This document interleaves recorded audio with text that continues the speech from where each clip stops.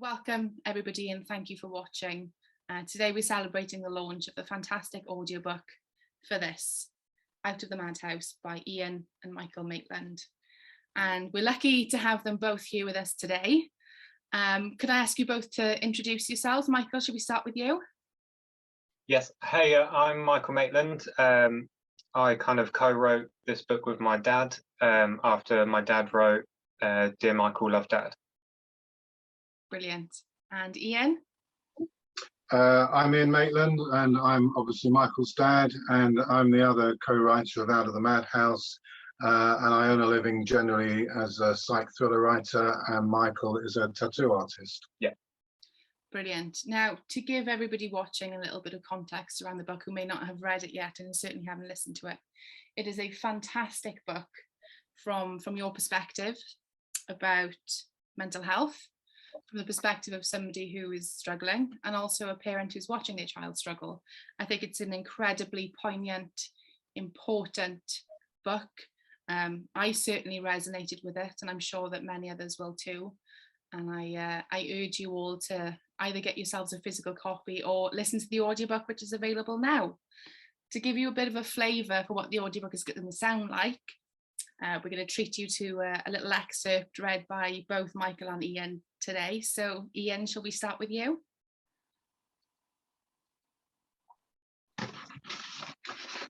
Out of the Madhouse tells the story of Michael Maitland and that of his family, Dad Iain, Mum Tracy, younger sister Sophie, and younger brother Adam, plus Bernard the family dog.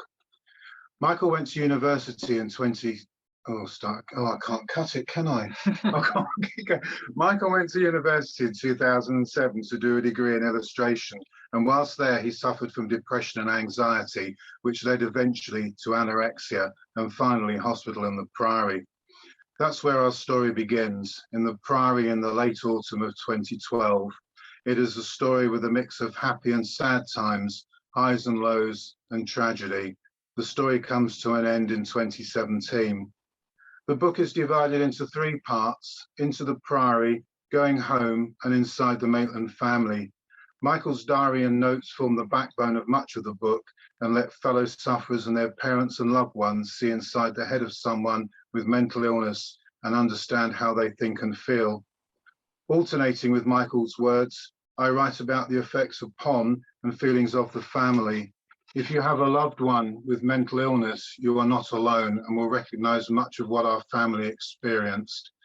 I also offer self-help thoughts and ideas through the book that will help those with mental health issues and those who love them to manage depression and anxiety and related issues. This is a memoir, a self-help guide and more. Happiness, sadness, stupidity, regret, pain, shame, embarrassment, and so many other emotions are all there. So too is love. Angry, frustrated, irritated, worried, and more, but always love. It is a strong and golden thread that runs from the start right the way through to the end and beyond. Fantastic, thank you, Iain. And I think that sums the book up really well. I think it's important to note that while there are, really difficult conversations and topics in the book, that it is filled with love and it is filled with hope. And I think that's very clear both from the physical book and from the audio book. So how did this book come about? Whose idea? Obviously, Iain, you'd already written a book about the topic to Michael. Whose idea was it to write a book together? Well, I think I'd written Dear Michael, Love Dad, which was kind of my side of the story. And Michael had always wanted to kind of share his side of the story and kind of be a bit more down and earthy with it and a bit more kind of focused on helping people. And he had his diary and his notes. So he kind of regularly said that he wanted to do something. And Dear Michael, Love Dad was well received. So I turned to him one day and said, hey, how about writing this follow-up book? Yeah, so with Dear Michael, Love Dad, I didn't actually know my dad was writing that until it was pretty much done, and then said, can I get this published? And I was like, all right, let me read it. And I read it through and I was like, yeah, that's fine. And then I thought that'd be it. And then obviously we got the chance to kind of do the follow-up book where I got a bit more of an input in it, sort of tell my side a little bit more, I guess. And obviously your part of the book, Michael, are your diary entries from that time. How was it revisiting those diary entries? That must have been a difficult experience.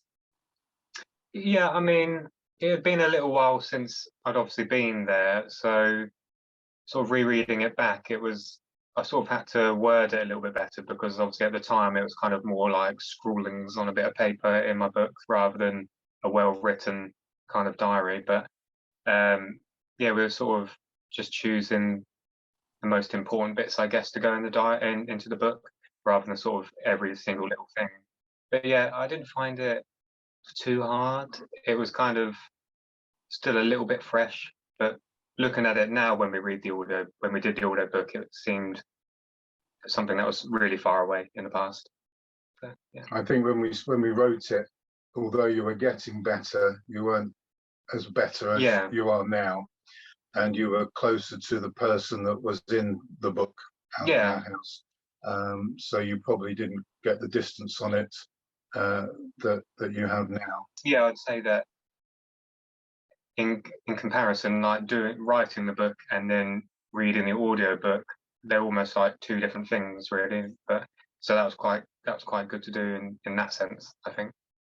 And how about you, Iain? How did you feel kind of reading through Michael's kind of diary entries for that time, having had a little bit of distance since that lived experience? It was very tough, because obviously when Michael was in the Priory, he'd been through anxiety and depression and anorexia and a whole host of other mental health issues, and he collapsed. He'd been in hospital, and he was in the Priory, and a lot of what he was writing was hard for someone who doesn't have mental illness to kind of get their head around. So I found it very difficult. And then obviously I was kind of writing reflections of what I was reading, and that was very hard. I think it was a very emotional book to read. I mean, we put in a lot of other self-help stuff, primarily for kind of young teenagers, especially teenage boys who don't get a lot of coverage even now. So we put in a lot of self-help things for them and some other bits and bobs for their parents. Those are easier to kind of write. The kind of reflections and the stuff around Michael's story was quite tough. Brilliant. And you know, you've spoken a little bit about it, but how was the process of preparing to, you know, to read this audiobook? How did you get yourself ready for that, Michael? Well, firstly it was like my dad came to me and said, look, we've got the chance to do this thing, and I think I said to my dad, I'll be rubbish at that. So but then my dad pushed me to do it, and I thought that would be a good thing to do. So fantastic experience. I mean, not only to write your own memoir, to write a memoir that helps other people come out of possibly the worst moment of their lives, and then be invited to kind of read it. It's tough though, kind of having to read it in like an entertaining way. Yeah, because I'm quite quiet anyway, so then having to read like a whole half of a book kind of out loud, and I'm mumble anyway, like day to day, like so I did have to sort of practice a bit, and I did stumble a lot more doing the recording than my dad. But I just kept sobbing. Yeah, so. Prepping, I kind of just read the book when I could, and when I had spare time, and practiced reading out loud, and kind of just reading bits over and over again. I didn't read the whole thing, but I kind of just took chunks and read them over and over. I sat on the beach at Bude crying when I read mine. It's true though, isn't it? I sat in my bedroom while my little boy cried. So. Oh yeah, well that's well, obviously Michael's now got, we probably should have saved that for the end. Michael's got a little boy who's we have to get the date right for Georgia, don't we? She's like 10 months and 2 weeks now or something. Yeah, something like that. Say 10 months, 2 weeks, 3 days, and then, you know, and 7 minutes or something. But yeah, he's lovely. So that's kind of like a complete about her. But that's the end bit that we've just kind of. Yeah, well, we can come back to that. When we come back, we're talking. We'll withhold his name or something. We'll give the name at the end. And you know, you mentioned, Iain, that you spent some time on a beach in Bude crying, and I think some of that is evident in the listening of the audiobook. What particularly struck me was was chapter 37, and Mm. I could hear, Well, I that's when could Michael hear it comes in your home. voice. Yeah, I could hear, I could hear the rawness in your voice, and even though I'd already read the book, Yeah. previously I was listening to the audiobook almost, for the second time. I still found it incredibly emotional, and cried myself. How was it recording those really difficult parts? Well, I knew there were going to be some really tough bits in there, because Michael obviously came close to losing his life on a number of occasions. This is where I have to not crack up now, of course. Yeah, no, don't worry, I'm fine. Anyway, yeah, that was really tough. I kind of, my voice was really thick with emotion when I've listened to that bit back, and it's still, even now, it's hard to listen to. It was the moment, I won't give too much away, when Michael comes home and we think he's about to die that night. So that was probably the toughest moment of our lives, really, quite frankly, and certainly to kind of relive that again. Thanks very much. It was really, really hard, and you can hear it in my voice. And I don't know how long that bit lasts, maybe 5 minutes. Probably took me 10 takes, and I guess they cut it all together. And there's a really strange bit where I say something like, we then went into the kitchen at the back of the house, and you can hear the emotion in that, and just in that sentence, which more than anything. The hardest thing I found was actually, again, we're jumping ahead because you've given spoilers away, was towards the end of the book, where I said something like, my biggest wish for Michael is that he will find happiness. And I found that really, really tough. Yeah, naturally, I think, as parents, that's what we hope for our children, isn't it? And yeah, Michael, I suppose, you I should imagine feel the same now for your little boy too. It's all that we can hope as parents is that our children find happiness. And I can imagine that was difficult to record. Was there anything that you found particularly difficult to record, Michael? I wouldn't say difficult. It's a weird one for me, because obviously I lived that, and then I kind of wrote a diary about it. Then we had the first book about it, and then we did this, and then the audiobook as well. So I think because I've lived it and been through it, and then sort of written about it as well, like, to me, if anything, reading it back, it felt strange for me that I was such a different person back then than what I am now. So that kind of shocked me more than me finding it upsetting to read, because it's still, I don't forget about what's happened, but I think just comparing how I was then to now is sort of worlds apart, I think. Did you read it and kind of think, what the heck was I thinking? Yeah, pretty much. Yeah. What on earth? I said this, I'd read bits, and I was thinking, why was I worrying about things like that at the time? But obviously, in that state of mind, like, it seemed normal to me. But now, yeah, it seems something that wouldn't faze me or bother me. And we had to help. Oh no. Yeah, it is strange reading it. Yeah. Is there anything that you hope that readers take away from this? Is there one piece of advice, Iain, that you would give a parent, of a child who may be struggling with mental health issues? Obviously, the book contains further reading, which is fantastic, and also, support and advice for parents. But is there one thing that you really hope they take away from this? I think that my big failing, of which there were many, was not to talk to Michael. I would talk about football and Doctor Who, and if his car had petrol and if it had an MOT and all those sorts of things, but I never said, how are you actually feeling? And I think that's a huge regret. So I think the big thing for parents to say to parents would be that you've got to try and talk and bring the subject out into the open, and it's really tough to do. If you can't do it, I think it's a really good thing to go to your GP. Michael had some terrible experience with GPs, which I think are touched on in the book. And I can remember going to a GP, asking them for help, and they were kind of like clicking on the computer, well, he's not our patient, so whatever. So I remember walking out of that. I think they're a lot better these days. I always get ticked off a little bit when I do talks and things and say, well, the GP system was awful. people say, well, it's not as bad now, and people will help you. Michael just got pills and pills and pills. Whereas I think they're more on the ball and can signpost you towards self-help groups. I don't know what you're going to say to students and teenagers and what have you. Yeah. My thing would be, there's always hope, and that you just got to try and get through today. Tomorrow's probably going to be pretty crappy as well, and next week and next month, but you just got to try and get through it, as Michael did. And Michael's gone from kind of lying on his deathbed. I lost count of the number of times, to be blunt, without trying to minimize it or be silly and funny about it. He's been many times, and yet here he is now. He's in a relationship with someone who's Georgia, who's really lovely, and he's got a wonderful son Jonah, and he's kind of turned the whole thing around, and that's literally by kind of hanging on in there day by day. That was my quick response. Imagine what a long one would be like.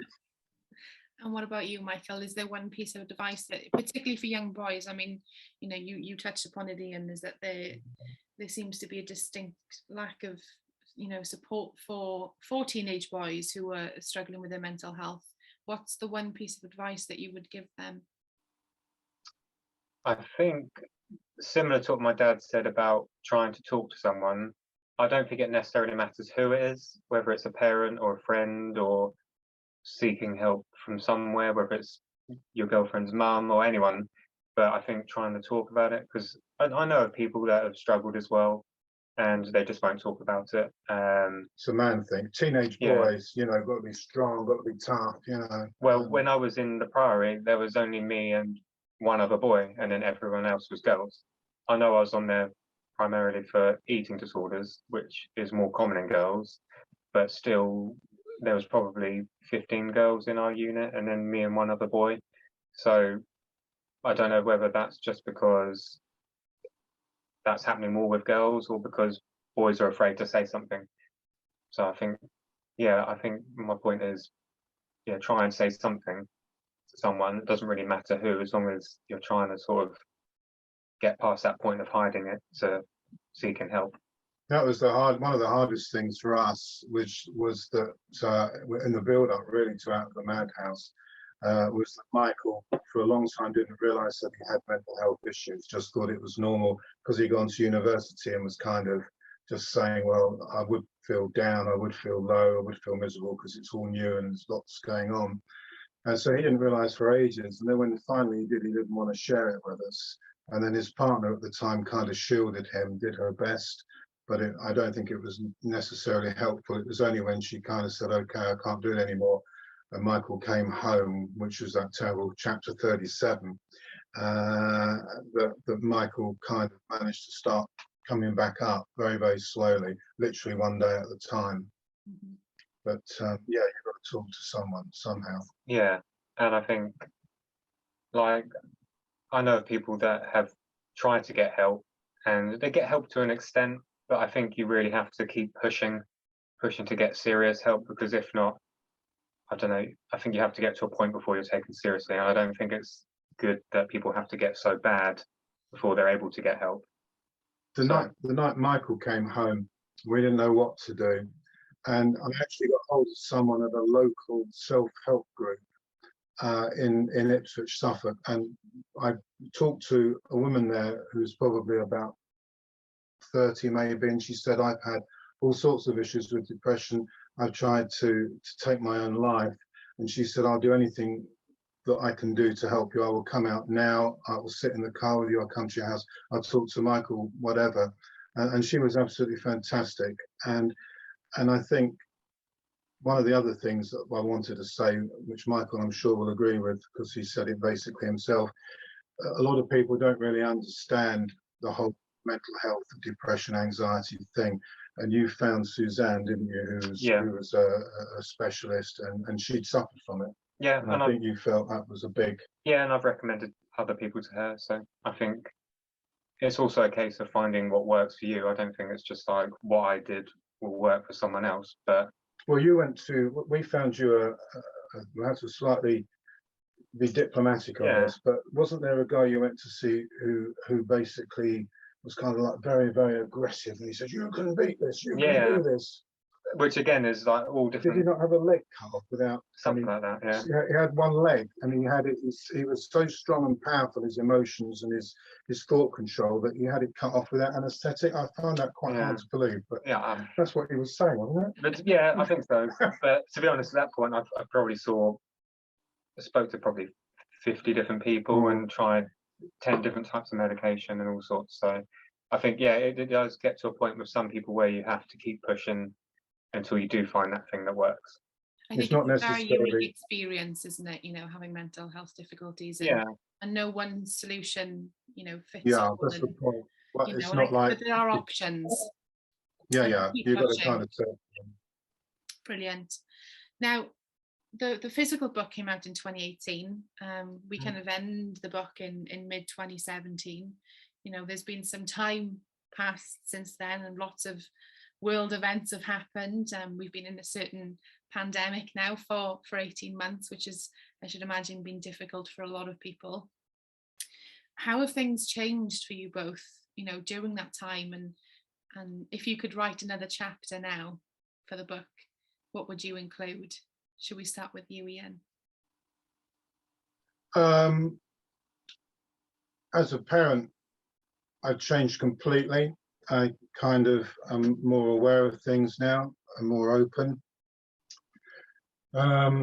which I always found tough. I guess, you look at childhood and the way you've been brought up, and old-fashioned ways of doing things. So kind of it's been quite tough. I know we did the BBC One show, and they sat us on rocks and wanted me to say to Michael, "I love you," and that was going to be the end. And I said, well, I wrote an 80,000 word book, and as the Express said, every sentence drips with love. So probably don't need to say it, but I'm a lot more open, possibly more with Michael's son than with him. I rolled around on the floor with Jonah, but don't do that with you, obviously. I've gone on to write psych thrillers, and they've gone very well. And we've got one being turned into a movie next year and stuff, but that's kind of going off at a tangent. But I write psych thrillers, and I'm very happy, and I sit at home and write books. And your life is transformed. Yeah, so I guess with me, I'd keep it the same as like the diary format, but I would just sort of continue and talk about how things are better now. So I've got my own house and got a little boy called Jonah. Yeah, so I probably just have a happy ending. Change the order of that. You've got to say, I've got a lovely wife, partner, and then don't put the house at the end. Yeah, no, I said the house first. Oh no, but you don't put the house first, because then when you get on board listens to this, you say, so she knows exactly what you know what I mean. She'll say, so the house is more important than me. You know she will. So I think life is good, and it was terrible, truly terrible. And we're kind of joking about, and certainly in some of the book there's a lot of dark humor, because you have to use that to kind of handle the sheer hell of it, the most utter hell of it. So we're quite joyful now, but I'm appreciative for a lot of people that their life is not joyful. And I just wanted to say that, this is us now, and the book, the audio book, shows where we've come from and where we are now. And I just hope that everyone that kind of listens to it has that sense of hope as well, that at some point they can kind of move forward. Absolutely. And I think that's, that will be evident, the distance traveled, the journey and the life lived, and, the difference in where your journey started at the beginning of the book and where you are now. I think is just a testament, and it's going to bring a lot of hope to a lot of people who maybe are in the pits of it right now, who maybe don't think that there's a way out for them, to see others who maybe struggled the same and come out the other side. Can I just say something? We're both ambassadors for a teenage mental health charity called STEM4. Everyone that's listening can Google it. It's just the most fantastic charity. We've often gone in pre-pandemic into schools and colleges and talked to parents and everything. And you can go online and look at them, and they've got all sorts of fabulous apps like Calm, and it's just, if you're in a really bad place and you want to kind of get through the next half an hour, there's apps and things that you can download, and it's the most wonderful charity, and we're so proud to be, ambassadors for it. Fantastic. STEM4.org. There we go, everyone. Make sure you Google that website. I'm sure there's loads of incredibly useful resources on there for you. Now, I've done a few of these interviews over the years, and I ask the same question to every author that I speak to, and that is desert island books. So if you are stuck on a desert island, what 3 books would you take with you? Shall we start with you, Iain? Okay. After I'd written Dear Michael, Love Dad and co-authored Out of the Madhouse, I read a book called His Bloody Project by Graham McCrae Burnett, which was shortlisted for Man Booker, published by Contraband, which is an imprint of Saraband. It's the most wonderful book. He's got a new book out this month. And I wrote to Sarah, who's the woman that owns Saraband, and she took my first psych thriller, Sweet William, and really started off my career. They put that book, Sweet William, in for Man Booker, got nowhere near it, but it was nice to get that kind of, thumbs up. So I've gone on from there to write thrillers. I'm then a huge admirer of 2 authors. One is Anne Tyler and one is Kent Harroff. And they both write fabulous books. Anne Tyler's, this one is Ladder of Years, where a middle-aged woman walks off into the sunset and what happens to her life after that. Kent Harroff is probably best known for Our Souls at Night. And okay, fair enough. You go into Waterstones and ask for that. Mm-hmm. Yeah, good. And he's a wonderful writer as well. And I've just been writing a book that's kind of based on Anne Tyler's work and Kent Harroff's work. And I put that out to various publishers under a pseudonym, a female pseudonym. And it looks like that's going to be picked up and coming out next year, which is a bit of a thrill. Fantastic. And what about you, Michael? What 3 would you take with you? It's a tough one because I read a lot of books in the Priory, and in that time I was unwell, but I can't remember any of the names of them. So, but I've got one of the ones I did like was a book by James Frey called A Million Little Pieces, and that's about a guy that was an alcoholic. Well, I'm not going to spoil too much about it in case you haven't read it, but that was kind of a similar format to what our book is. It's kind of like very much from his perspective and how he dealt with things in rehab, and I just like the way that was written. I'd also say self-help books by Ruby Wax. Me and my mum went and saw Ruby Wax when I was kind of still quite unwell, and then I read 1 or 2 of her books, and they were really useful. And I think I'm saying those books because I think they could help people as well. Anything really of that kind of nature, self-help books or from someone's point of view, are really helpful. And I'd say the 3rd one would be a notebook, so I can write and draw and doodle things, I think, because I'm quite creative. That's a necessity as a tattoo artist to be able to doodle and draw. Of course. And if you had a bottle, you could write a help notes and put it in. So they'd probably be my 3. Brilliant. Before we close up, would you like to give us a little reading, Michael? Yes. Fabulous, thank and you. on quite a miserable note. Yes, This is from when Michael's just gone into the Priory, so it's not kind of the most cheerful bit. All right. Well, none of it's cheerful. Actually, And again, when we did the audiobook, a lot of it was edited when I read it out loud, so I'll slowly read this. Okay. It feels like I'm in prison as we get marched single file through locked corridors, escorted by members of staff with walkie-talkies. The others seem extremely thin to me, and I feel normal, but I know deep down I'm probably the most mental of all of them. I know I'm thin too, really, but I look at the others, and to me they look way worse than me, but I know it's hard for me to see what I'm really like.